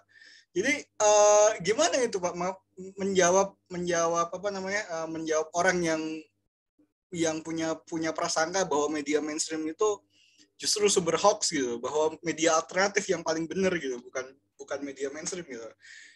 Makasih Mas Aji dan Mbak Muninggar. Ya, silakan. Mungkin Mbak Muning dulu. Silakan Mbak Muning. Oke, terima kasih pertanyaannya Mas Adi. Mas Adi, kalau mengenai apakah atau bagaimana caranya supaya orang-orang atau pembaca atau audiens itu kembali percaya kepada media-media mainstream, pertanyaannya itu agak berat ya, karena masalah kepercayaan publik terhadap media massa itu dipengaruhi oleh banyak hal ya. Pertama, bahwa kita tidak bisa pungkiri bahwa media massa atau media mainstream itu juga memiliki keterbatasan ya. Pertama ada isu tentang kepemilikan atau ownership, terus kedua mengenai kualitas pemberitaan, terus ketiga juga mengenai partisanship juga terjadi gitu. Terus apa sih yang bisa dilakukan oleh khalayak supaya tidak terjadi seperti itu lagi gitu kan? Kalau menurut saya sih harusnya sih ya, idealnya itu media massa mainstream sebaiknya itu lebih agresif untuk membuat konten-konten yang bisa masuk ke berbagai macam aplikasi media sosial yang muncul begitu. Jadi kalau misalnya Kompas dikenal sebagai media yang kredibel kan di Indonesia. Menurut saya ada baiknya juga Kompas mulai memikirkan cara bagaimana supaya kontennya itu bisa disebar di berbagai aplikasi supaya bisa diakses lebih mudah gitu. Jadi informasi-informasi yang diproduksi oleh media-media alternatif yang sangat banyak dan tidak bisa diverifikasi akurasinya itu bisa paling tidak mendapatkan sedikit perlawanan lah dari media massa mainstream begitu. Mungkin itu saja sih ya kalau dari saya, karena kalau dari pengguna itu kembali lagi kepada kita. Jadi kita itu cenderung untuk mencari informasi yang sesuai dengan belief kita sendiri gitu loh. Jadi jarang ada orang yang mencari hal yang di opposite atau di oposisi di pikiran kita gitu saja. Iya Mbak Muninggar. Jadi kita itu suka mendengar apa yang ingin kita dengar. Iya betul. Ya, jadi memang betul tadi. Jadi mestinya memang tadi kritis dan tadi yang disampaikan oleh Mas Aji adalah digalakkan untuk mereka open minded. Jadi membaca, mendengar apa-apa yang tidak disukai awalnya gitu. Baik, ini ada pertanyaan lagi dari saya boleh nambahin sedikit mungkin, Mbak Beka? Oh ya, silakan Mas Aji. Jadi pertanyaan dari Mas Adi ini mungkin kalau kami kebetulan memang punya concern ya tentang masalah ini. Jadi memang betul yang disampaikan Mbak Muninggar bahwa masalahnya memang kompleks gitu ya. Jadi kenapa kok masyarakat mungkin tidak gampang lagi gitu ya untuk percaya ke media mainstream? Memang masalahnya nggak sederhana. Jadi yang kami lihat adalah ini ada dua sisi yang harus kita lihat, dari masyarakatnya, kemudian dari medianya juga. Jadi media misalnya ada terkait dengan masalah oligarki gitu ya di industri media, itu juga menyebabkan mungkin adanya partisanship tadi seperti diulas Mbak Muninggar. Tapi kalau yang saya mungkin garis bawahi adalah gini, ketika saat ini di era digital, media-media ini kan sepertinya dipaksa gitu ya untuk pindah ke digital. Dan koran-koran mulai pada punah gitu. Sekarang mungkin koran tinggal sedikit. Koran Tempo saja kan cetaknya sudah nggak ada. Nah, ketika mereka berpindah ke digital, ternyata ini ekosistem bisnisnya itu masih belum sustain, sehingga mereka harus kompetisi dan saling terkam gitu ya antar media-media, sehingga yang terjadi adalah akurasi itu dikorbankan. Jadi kecepatan itu yang lebih diutamakan, dan kadang-kadang mereka akhirnya terjebak membuat konten-konten yang clickbait. Ini bahkan di media-media yang terdaftar di Dewan Pers sekalipun. Nah, kami juga pernah mengalami ketika misalnya ada media, sebenarnya kalau media itu kan sudah media digital ya, itu sudah punya yang namanya pedoman pemberitaan media siber PPMS. Ini dari tahun 2012. Nah, problemnya adalah PPMS itu masih sangat longgar waktu itu. Jadi PPMS ini masih memungkinkan orang atau media gitu ya membuat berita dengan konsep namanya news on the making. Jadi ketika ada sebuah informasi muncul langsung diunggah, nanti ketika ada pembandingnya diunggah kemudian belakangan. Ini menjadi masalah besar. Kenapa? Seringkali informasi yang pertama kali muncul diunggah media heboh duluan, kemudian ada klarifikasinya itu muncul, kemudian dan dimuat di beberapa jam sesudahnya, tetapi nggak ada yang lihat, nggak ada yang baca. Yang di-share yang paling banyak itu adalah berita pertama. Nah, ini yang kami menilai ini menjadi masalah karena di PPMS itu masih sangat longgar. Nah, tahun 2021 kami membuat rancangan, membuat usulan itu ya, perubahan dari PPMS ini, dan sudah kami setorkan kemarin di akhir tahun 2021 ke Dewan Pers. Harapannya adalah begini, ketika misalnya ada sebuah informasi yang berpotensi untuk menyinggung salah satu pihak, dia harus cover both sides, nggak ada tawaran. Jadi nggak boleh Anda memuat berita dulu, kemudian yang sisi keduanya di berita di link yang kedua. Ini nggak boleh itu. Ya, khususnya kalau untuk berita-berita yang menyinggung. Nah, harapannya kalau misalnya ini bisa dijalan, itu paling tidak itu bisa mengurangi ya potensi, karena memang trust terhadap media itu ada problem di masyarakat yang literasi medianya mungkin masih terbatas, mereka masih belum paham apa itu ekosistem pers, apa itu undang-undang pers, apa itu fungsi Dewan Pers. Di sisi lain, yaitu medianya juga masih punya banyak PR. Jadi kita berharap memang nanti ada titik temunya nih. Ini kita percaya bahwa media ini adalah salah satu fondasi demokrasi kita nih.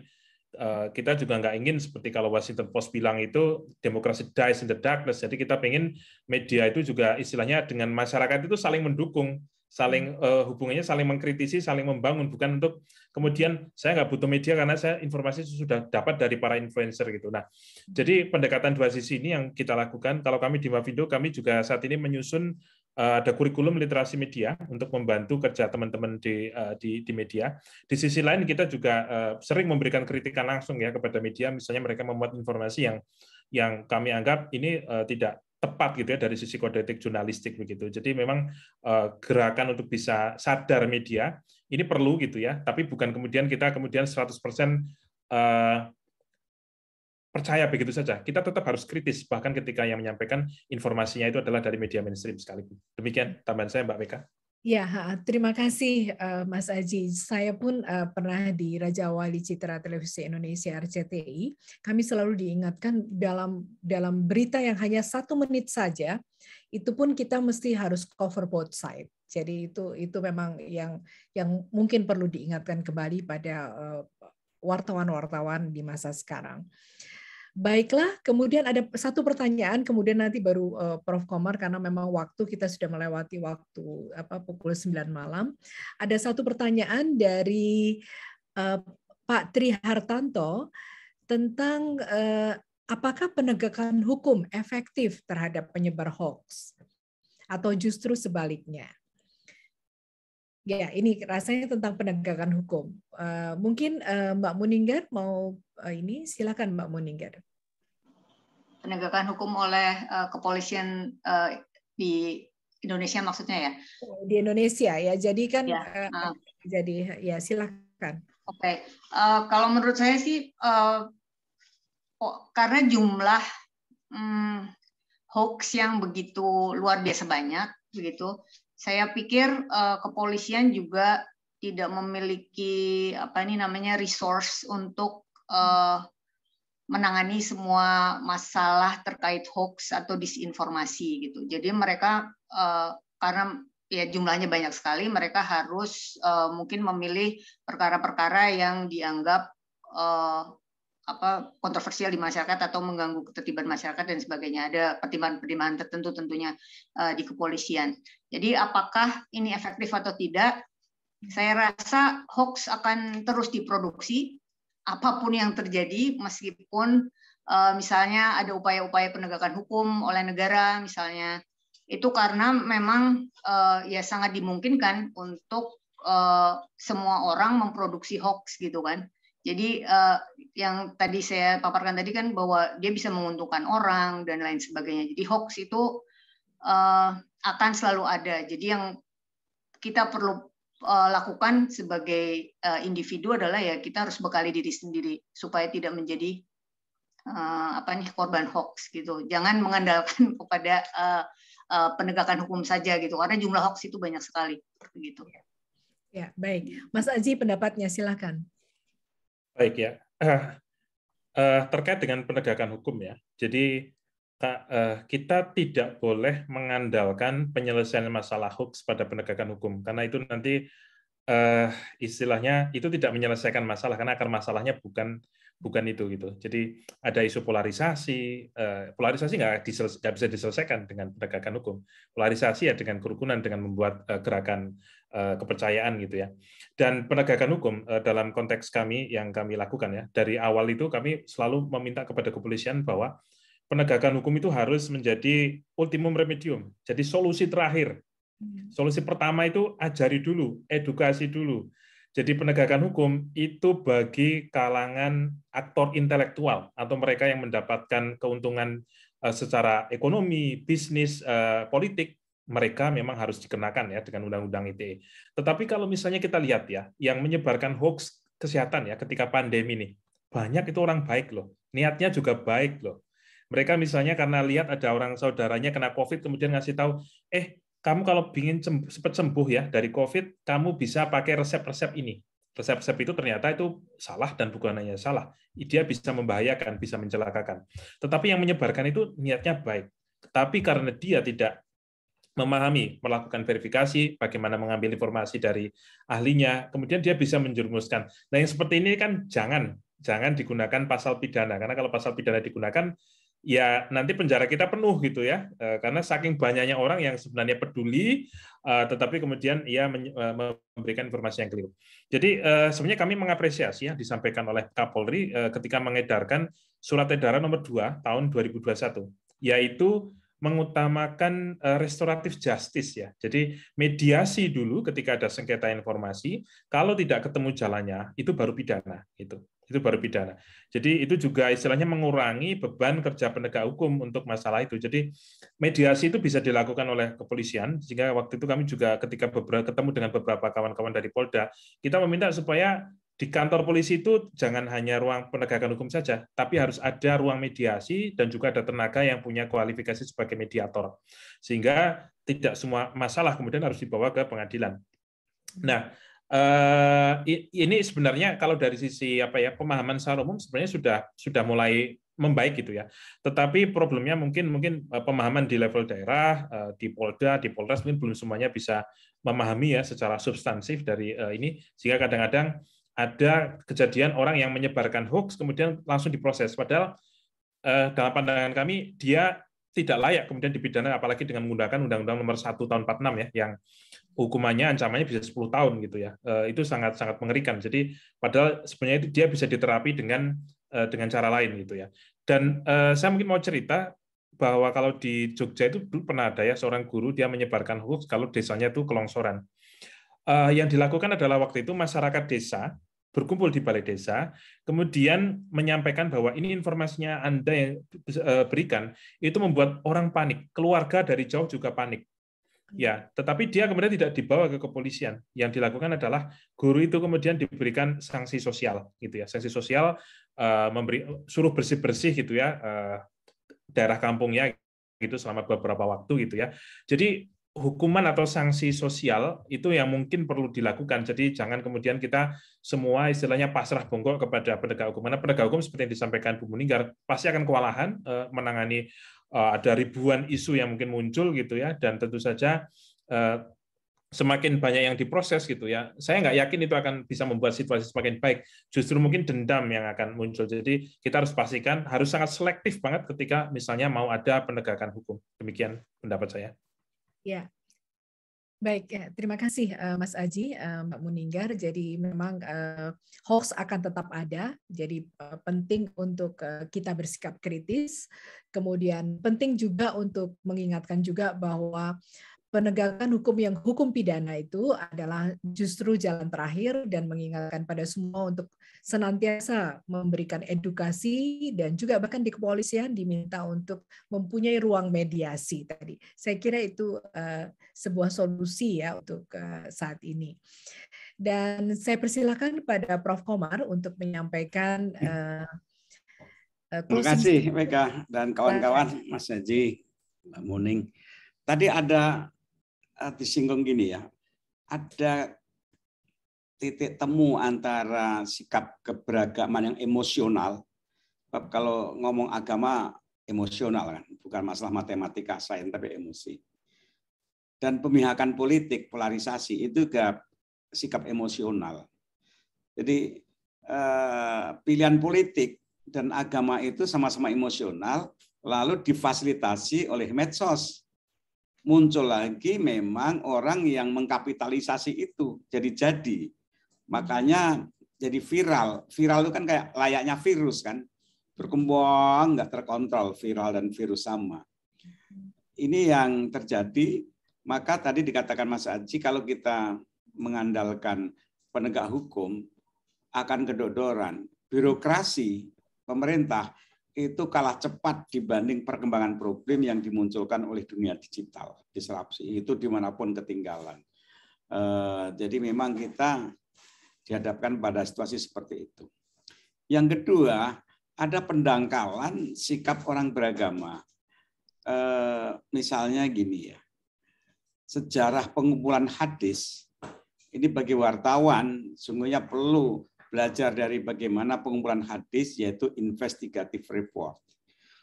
Orang mencari hadis itu teliti sekali, makanya ada hadis yang mutawatir, yang sahih, yang lemah, yang palsu, semuanya ada.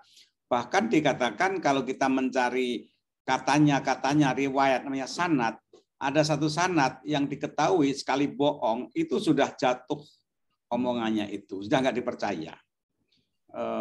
Bahkan dia tidak berlaku sopan aja, udah lemah hadisnya. Jadi itu ketat sekali. Dalam sejarah Islam, ini satu metode sangat saintifik diakui oleh para peneliti, itu adalah bagaimana orang mengumpulkan Al-Quran dan hadis. Tapi yang aneh belakangan, mengapa tokoh-tokoh agama itu meninggalkan tradisi itu? Bahkan dengan mudahnya mengadili, mengumpat, mencaci orang lain gitu. Itu bertentangan dengan tradisi yang diwariskan oleh para ahli hadis, bahkan pesan Quran sendiri. Itu kan sama saja nilainya dengan fitnah itu lebih kejam dari pembunuhan. Mengapa? Sebab kalau membunuh itu hanya satu, ketahuan pelakunya, korbannya siapa. Tapi kalau fitnah itu membesar, nggak terkontrol. Nah sekarang ini terjadi proses fitnah lewat viral, dan itu satu tindakan yang sesungguhnya tidak etis, merusak masyarakat. Kalau ditarik pada hukum ya itu dosa sekali. Tapi mengapa tokoh-tokoh agama kok hilang daya kritisnya, komitmennya untuk check and recheck? Padahal itu warisan Islam yang sangat kuat sekali, itu check and recheck itu dalam tradisi hadis itu. Yang lain, saya sendiri yang saya lakukan ya di sekolah saya di Madaniyah misalnya, saya melakukan pelatihan training digital intelligence. Kalau dulu ada ungkapan mulutmu harimaumu, sekarang jarimu harimaumu. Apa yang dipikirkan, dirasakan, dituangkan lewat jari, dan kelemahannya memang kita tidak bisa melihat suasana batin, gesturnya yang diekspresikan lewat fisik. Dunia intelijen itu, digital itu. Nah ini perlu, jadi anak-anak, guru-guru perlu ada latihan digital intelligence, digital quotient, DQ, bukan SQ, bukan IQ, tapi digital quotient ini penting sekali. Sebab kalau kita membicarakan ini penting bagi kita. Tapi yang paling penting kan, apakah kita bisa memanfaatkan, mengembangkan untuk diri dan lingkungan kita. Karena yang kita bicarakan ini kita rasanya tidak mungkin. Jangankan kita, yang pemerintah yang bertugas pun tidak mampu, dan tokoh-tokoh partai pejabat yang diberi mandat untuk membuat ketentraman aja malah di antara mereka terlibat menjadi fabrikatornya. Kan repot sekali. Oleh karena itu kekuatan sipil ini partisipasi, tapi juga nggak mungkin untuk ambisius menyelesaikan semua persoalan. Bagi saya, bagaimana kita melakukan pada komunitas yang terjangkau. Yang saya lakukan ya pada sekolah-sekolah binaan saya untuk mengadakan training-training seperti itu dalam konteks bagaimana menyelamatkan generasi yang masih bisa dan harus diselamatkan. Sebab ada generasi yang memang udah sulit, mereka udah menikmati hanyut di situ. Tapi bagaimana generasi muda-muda, pinter-pinter, kita kan berada pada tikungan pergantian generasi kan. Satu generasi kan umurnya 20-25 tahun. Sekarang ini kita peralihan generasi untuk 100 seabad Indonesia 45.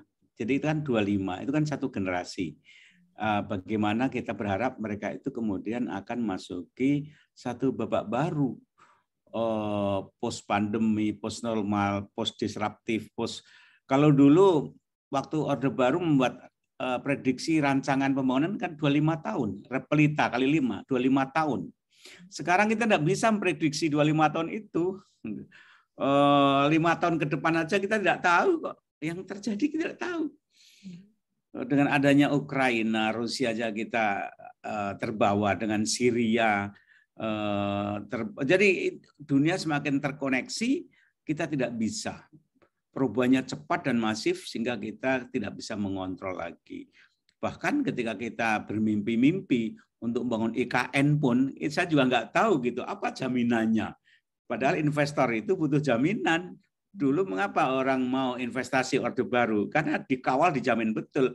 Dan dulu kan belum ada digital technology. Semuanya masih dikontrol. Sekarang kan sulit untuk mengontrol. Hal seperti ini juga saling berkaitan dengan dunia politik, ekonomi, pendidikan, generasi, dan seterusnya. Ini aja dari saya merasa terima kasih sekali ya. Ini Mas Aji dan Mbak Muning dan kawan-kawan. Malam hari ini kita merasa diingatkan kembali dan juga diasah, diperkaya oleh temuan dan analisis tadi. Terima kasih semuanya. Terima kasih Mbak Eka. Ya, terima kasih Prof. Komar, dan Prof. Komar juga menyampaikan, dan ini juga esensial dari pertemuan ini adalah perlunya kecerdasan digital tadi ya. Baik Bapak dan Ibu yang saya hormati, terima kasih atas perhatian Bapak dan Ibu. Dan saya ingin memberi aplaus pada seluruh pembicara, yaitu Mas Aji dan Mbak Muninggar. Terima kasih banyak Mas Aji dan Mbak Muninggar yang telah memberi banyak sekali pencerahan pada kami semua. Assalamualaikum warahmatullahi wabarakatuh. Selamat malam. Terima kasih.